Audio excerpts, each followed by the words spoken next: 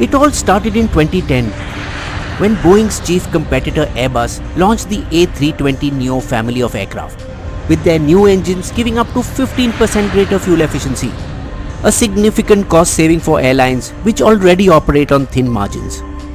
Boeing's head of commercial airplanes James Allbach downplayed this competitive threat. I think Airbus will find re-engineering the A320 challenging. We have nothing to worry about. But a distressing call to his boss by Gerard Arpey, CEO of American Airlines, changed that. Jim, hi, this is Gerard. We're about to close a 130 aircraft deal with Airbus for their neos. If Boeing wants to compete, you should offer us a similar product soon. Rattled, the CEO stormed into the conference room, calling for an emergency meeting. For more than a decade, American Airlines had exclusively purchased Boeing aircraft.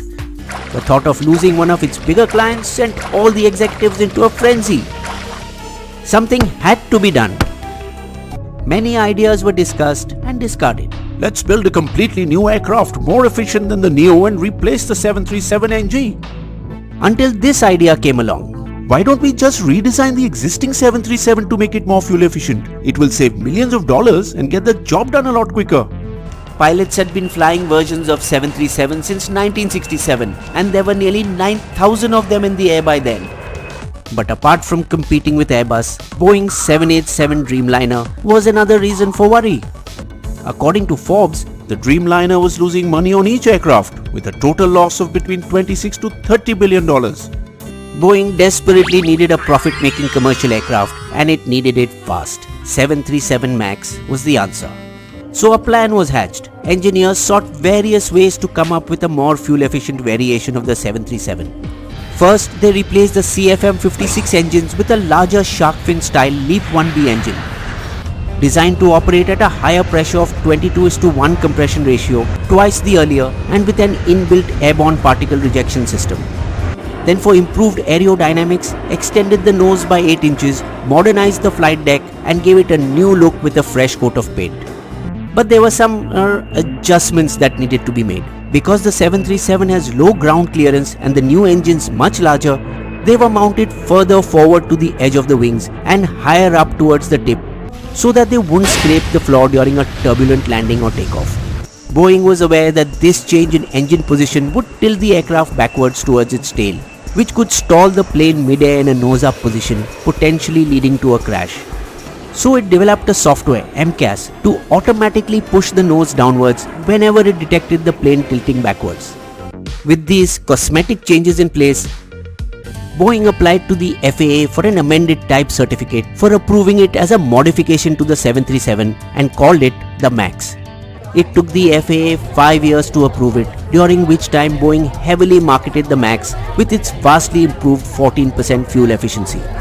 Its redesign allowed the MAX 8 to carry 12 more passengers than the Airbus Neo, in yet another crucial advantage in this highly competitive sector.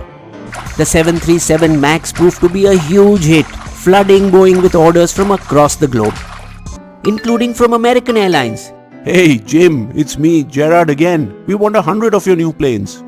Fatefully, Lion Air signed a $22 billion order for 201 MAX aircraft, the largest single order in Boeing's history.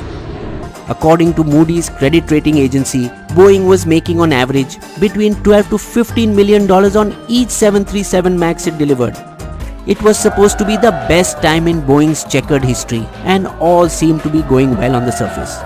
But underneath, scores of Boeing employees who pointed out problems with the development of the MAX were being silenced.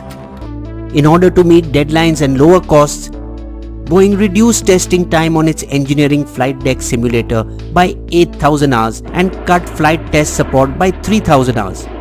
Reduced 2,000 work hours in avionics regression testing, that is double-checking whether new code changes had not affected working of the aircraft elsewhere.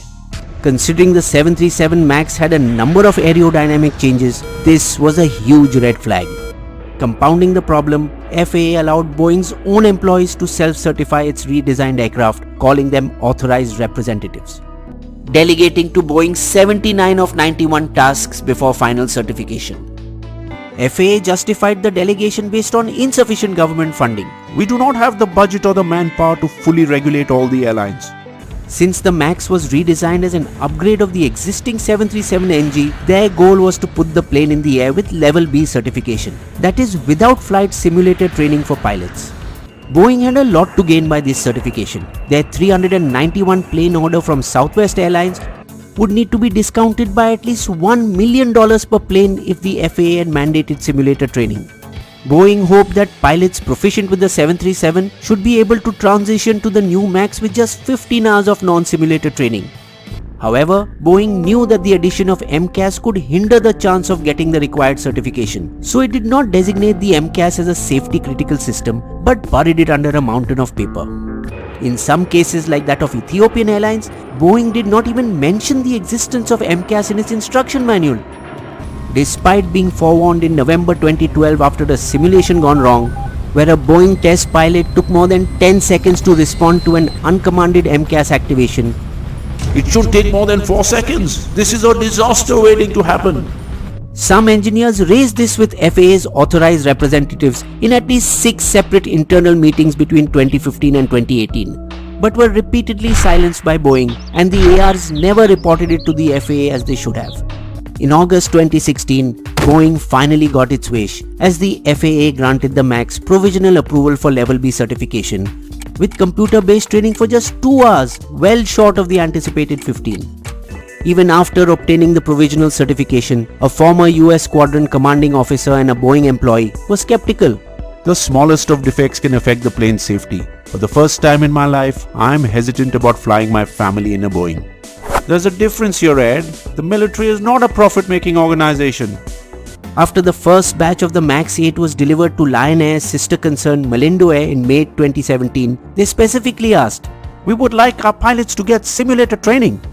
But their chief technical pilot convinced them otherwise. You don't need any such training. It's just like flying the older 737. Something he boasted about to a colleague a few months later. I saved this company a sick amount of dollars. Unknown to the engineer, MCAS, while being designed as a safety system, was majorly flawed. It collected readings from just one of its 2 angle of attack AOA sensors. The AOA sensor on the other side of the plane, the disagree sensor, whose job is it to confirm the main AOA sensor's reading, was an optional feature not taken by all airlines. This lack of a compulsory safety backup mechanism caused the Lion Air aircraft to crash. But Boeing still insisted that reading of the printed materials describing the MCAS was sufficient safety for the nearly 200 aircraft still flying. Despite FAA's belated risk assessment estimating 15 additional crashes during the MAX's lifetime and over 2,900 deaths, they still permitted them to continue flying while engineers worked on a fix to the MCAS software. An assessment that proved tragically correct when Ethiopian Air Flight 302 crashed just months later due to MCAS overriding the pilot. It took a year before Boeing CEO Dennis Muilenburg was fired for his failure to handle the crisis. He was paid $62 million in settlement. In comparison, the 189 and 157 people who died in the Lion and Ethiopian crashes respectively received an average amount of about $144,500 each, $50 million in total. Lawsuits from over 5,000 pilots over safety and lost wages, and at least 32 by victims of Ethiopian, are still pending in courts. Boeing's foolhardy behavior affected the income and wages of over 8,000 companies involved in its supply chain, forcing it to raise $10 billion from Wall Street banks, as they lost $19 billion in costs associated with the grounding, including $4.9 billion in compensation to airlines. Finally, after more than 375,000 engineering and testing hours and 1,300 test flights, the grounded MAX received approval from both the EU and the Federal Aviation Authority. I am satisfied with the changes Boeing has made to the aircraft. These are the fixes they made. The MCAS software cannot now override the pilot. 2 hours of flight simulation training made mandatory, and a revision of the existing airplane flight manual. While some buyers like plane leasing firm Avalon cancelled orders for 75 737 MAXs during the grounding, US-based airlines began flying the MAX commercially from late December 2020. American, though, says it will offer its flyers a choice. If a customer prefers not to fly on this aircraft, we will re-accommodate them. India's SpiceJet, who already operate 13 MAXs, will start taking deliveries of the balance 192 planes once COVID eases. Boeing still has up to 450 unsold jets parked on the tarmac, each fitted with red engine and wheel covers, a windshield screen to block out the sun, and a small generator powering cycles of fresh air and electricity through its systems, the aviation equivalent of life support. Has Boeing and the FAA learned from their mistakes? It was only after LehamNews.com reported in February 2020 that fuel tank debris was discovered in several of the undelivered planes that the supervisory agency released a statement. The FAA has increased its inspection surveillance. However, they are yet to act on another safety issue when they found some models of 737s and 777 cockpit screens vulnerable to cell phone and radio signals.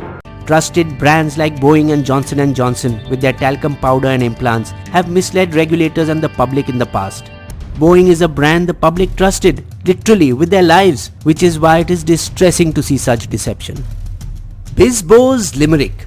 Boeing 737 MAX is back in the air. They want us to believe that they have now taken care and have fixed the glitch that made the planes pitch, so we can travel across seas in more than a wing and a prayer.